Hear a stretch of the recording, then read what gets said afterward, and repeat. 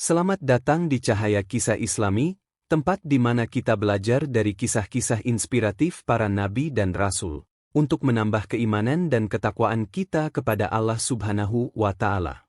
Di video kali ini, kita akan menyelami kisah salah satu nabi yang penuh keteguhan dan keberanian, yaitu Nabi Ibrahim, alaihi salam. Beliau adalah sosok yang tidak hanya dikenal sebagai kekasih Allah, tetapi juga sebagai pemimpin yang menuntun umat manusia menuju jalan yang benar. Mulai dari perjuangannya dalam menghadapi Raja Namrud dan kaumnya, sampai pengorbanannya yang tulus saat menerima ujian dari Allah untuk menyembelih putra kesayangannya, Ismail.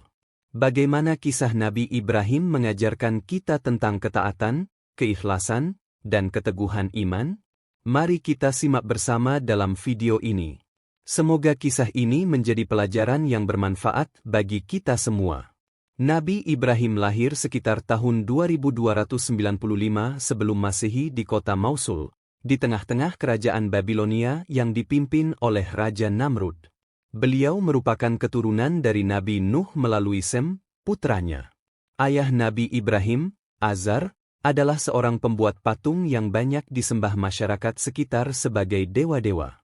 Menurut sebuah kisah, Raja Namrud pernah bermimpi bahwa akan ada seorang anak laki-laki yang kelak mengancam kerajaannya. Mimpi itu membuatnya khawatir dan memerintahkan pembunuhan massal terhadap bayi laki-laki yang baru lahir.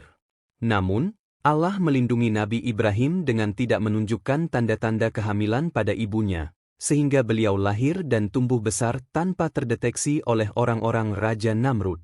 Sejak kecil, Nabi Ibrahim sudah memiliki pemikiran kritis dan berbeda dengan orang-orang di sekitarnya.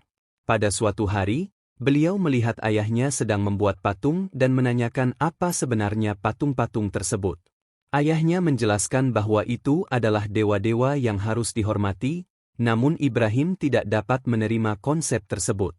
Nabi Ibrahim bahkan bermain dengan patung-patung tersebut layaknya mainan dan suatu hari, ia menunggangi sebuah patung besar bernama Marduk.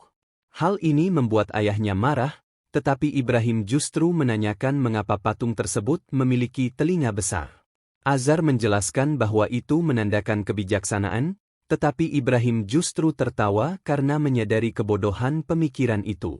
Ketika Ibrahim dibawa ke tempat pemujaan patung-patung oleh ayahnya, ia menyaksikan masyarakat menyembah patung-patung tersebut dengan khusyuk.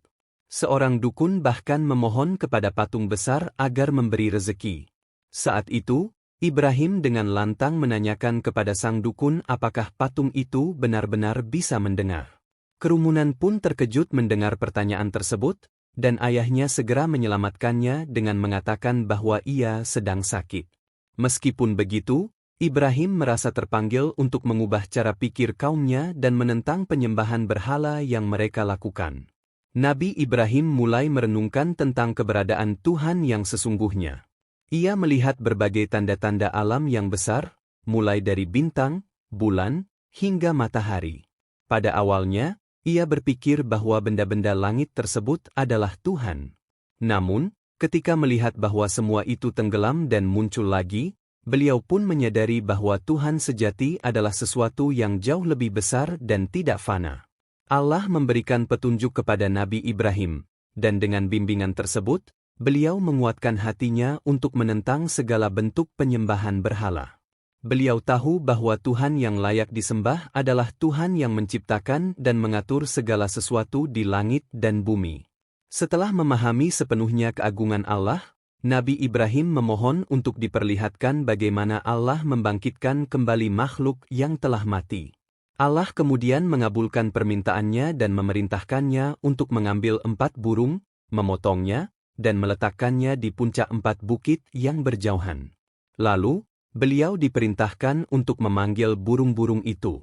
Dengan kuasa Allah, burung-burung tersebut hidup kembali dan datang kepada Ibrahim.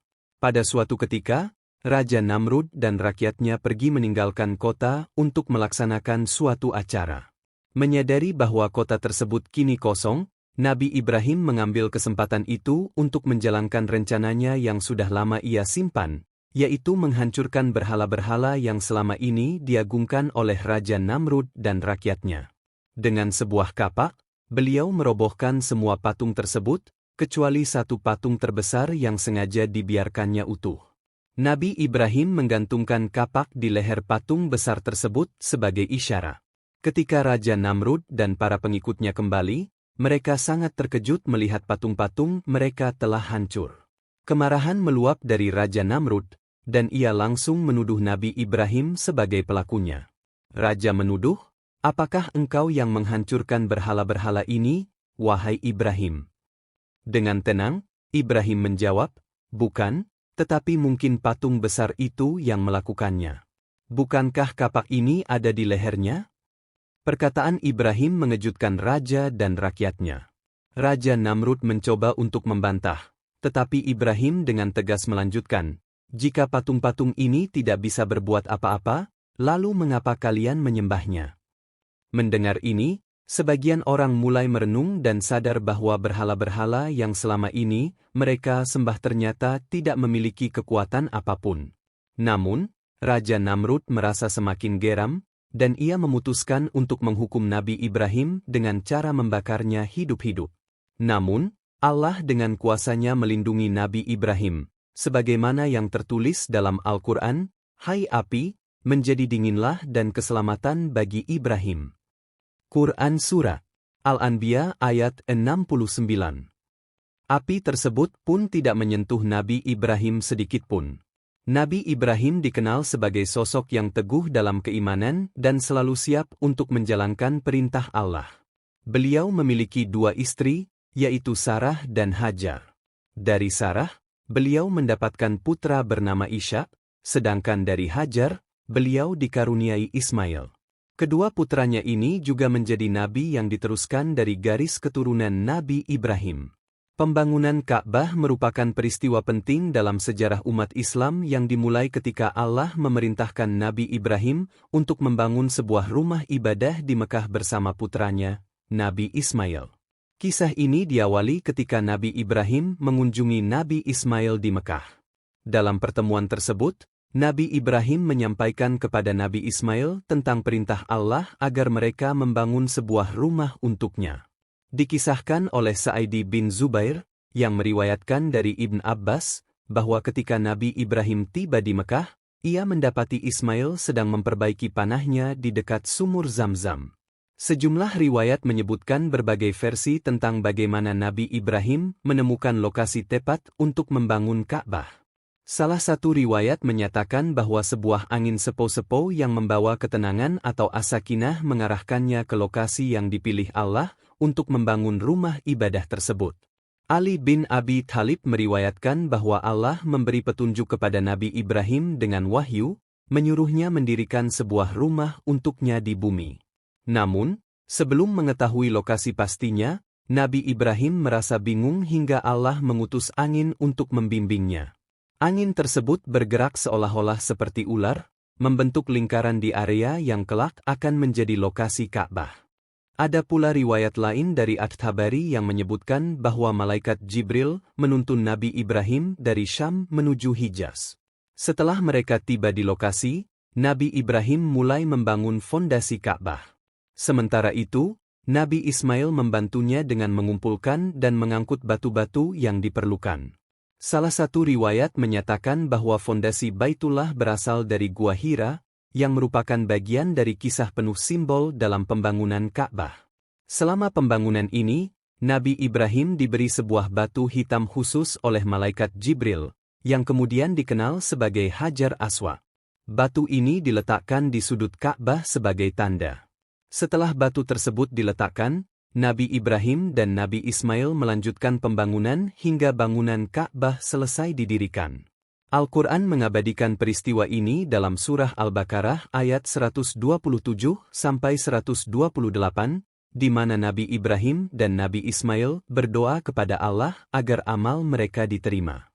Doa mereka berbunyi, "Ya Tuhan kami, terimalah amal dari kami.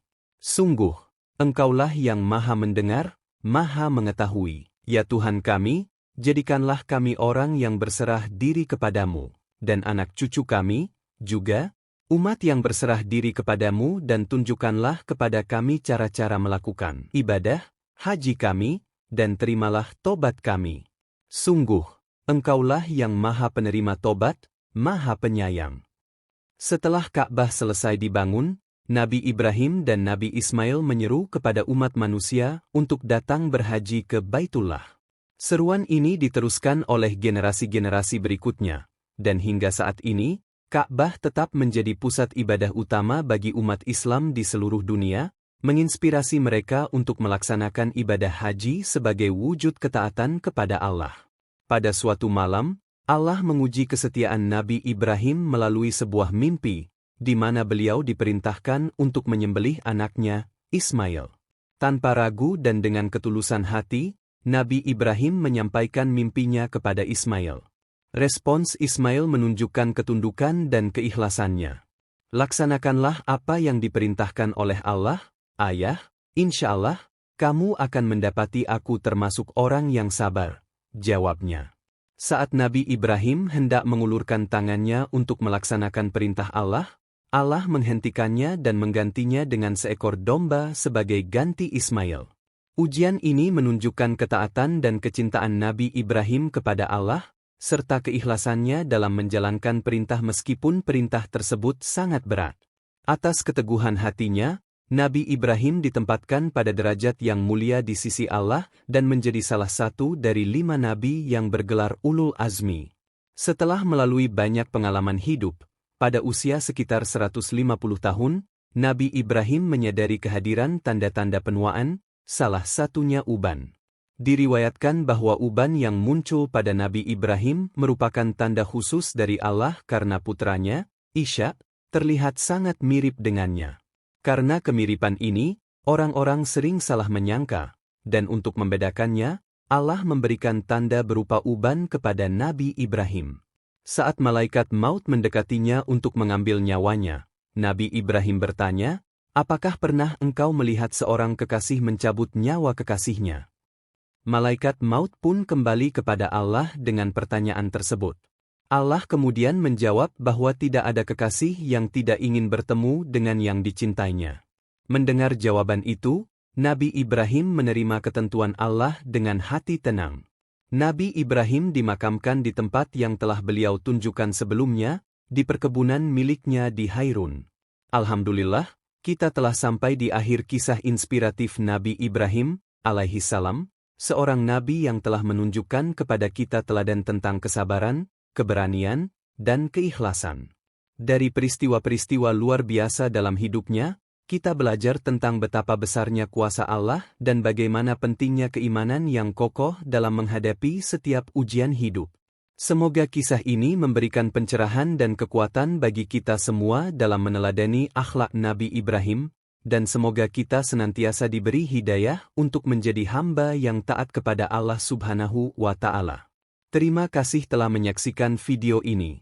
Jangan lupa untuk like, share, dan subscribe channel Cahaya Kisah Islami agar Anda tidak ketinggalan kisah-kisah inspiratif lainnya. Sampai jumpa di video selanjutnya.